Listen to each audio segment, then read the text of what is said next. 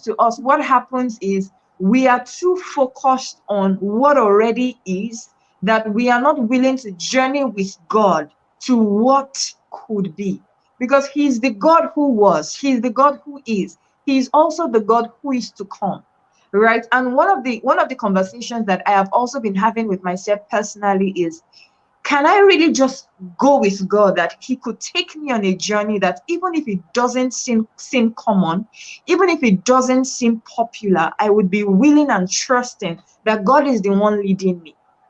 Because we fail to realize that in a generation, in a whole generation, we can be going in one direction, but we are all wrong. We are all wrong. It is possible for all of us to be doing the same things, everybody saying the same things, everybody acting in the same way, but we are actually all wrong. It's one of the things that really it's scary, but it's just what it is. And so there has to be that willingness. Right now, if everybody is not saying this thing, then I cannot take it. I remember when God spoke to me about this year, 2023. To be honest, Mama, when I was listening to prophetic words, because one thing that I do is during the period when God gives me downloads, I try my best not to clog myself up to listen to. I try to just download what God is saying. And when I didn't want to hold meeting again, because I was like, the things I'm receiving is not what I'm hearing other people saying. Everybody's talking about next year is a fruitful year. But to me, God was giving me warnings. He was telling me that we are going out of line as a generation. He was telling me that we are creating our own vision. He was telling me that, yes, this year is a year of multiplication, but we must understand that the devil has also sown a seed, that many of us could be recruited to be harvesters of those seeds. And when God was telling me these things, to be very honest, I was like, I'm not going to say this thing. This cannot be God. No, now faith is like you are wearing your critical, you are becoming too critical. I remember even there was a conversation we had together, and when God told me about these persons, I had to reach out to you and say, please, is this my wisdom or is it my emotion?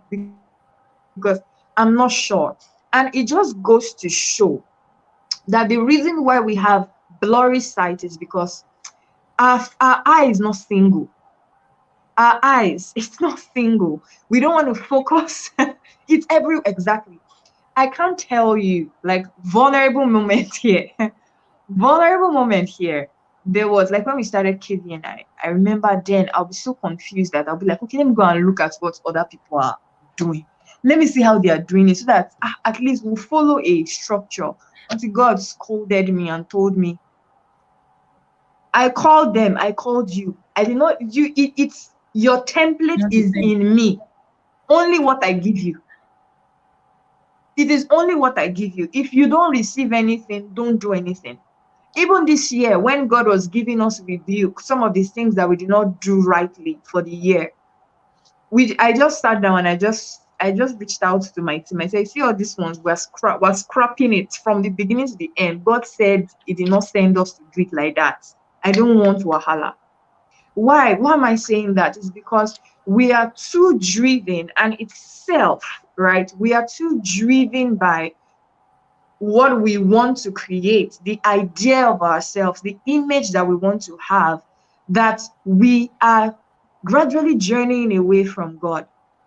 So really the problem is, yes, our environment, yes, for the people that we listen to and all of those things, but can we really close our eyes to those things and let our eyes be single? Let our gaze just be God. That if He's saying